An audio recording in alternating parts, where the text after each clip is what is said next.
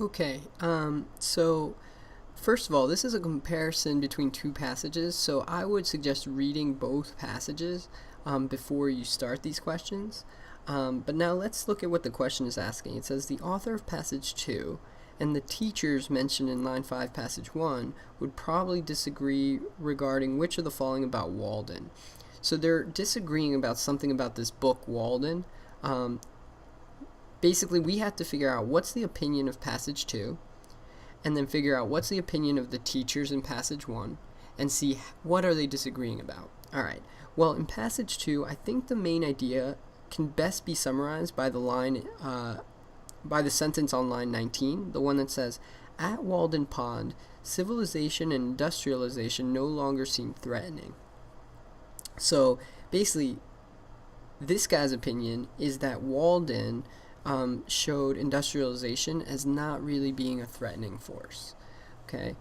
Now, if we look at the teachers in passage 1, the line that it gives us says, generations of teachers have assigned Thoreau's book Walden, which recounts his experiment in living in solitary harmony with nature, as an illustration of the intensity with which 19th century America protested the intrusion into pastoral harmony of the forces of industrialization and urbanization.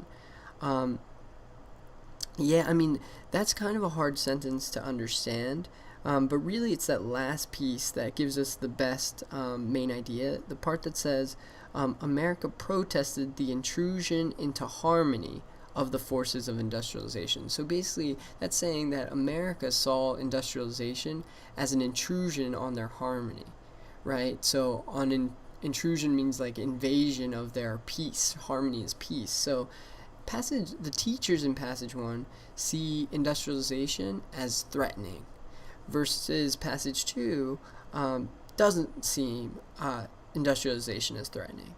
Okay, so I'm looking for an answer choice that says one thinks industrialization is threatening, whereas the other one doesn't. So if I read A, it says the extent to which Walden presents nature as being threatened.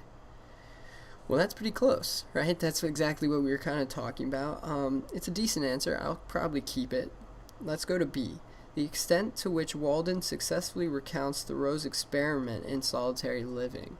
Well, the main idea is not whether it recounts Thoreau's experience, right? The main idea is one thinks it's threatened, industrialization is threatening nature, whereas the other one says it's not, right? So it really has not much to do about Thoreau's experiment.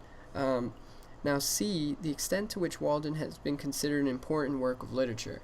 Right, again, those two parts of the passage are not talking about how important Walden actually was and disagreeing on that, right? They both think it's pretty important, they just have different viewpoints on what it's saying, right? So I don't like C. D, whether Walden recognizes the spread of industrialization and urbanization. Well, I think both would say that both passages recognize that urbanization is spreading, right? It's just one thinks that it's a good thing, and the other one thinks it's not a good thing. So I don't think it's D. And E says whether the power of the machine was a topic central to Walden. Again, both passages I think would say that the power of the machine was very central in Walden, right? Both of them talked about that. But one again says that the power of the machine is a good thing, and the other one says the power of the machine is not a good thing. So E I don't like either. So looking back, I think A is probably your best answer, since the extent to which Walden presents nature as being threatened. Yeah, one says industrialization no longer seemed threatening, and the other one says it was intrusion into pastoral harmony of the forces of industrialization. So one thinks it's good, the other doesn't, so I think A.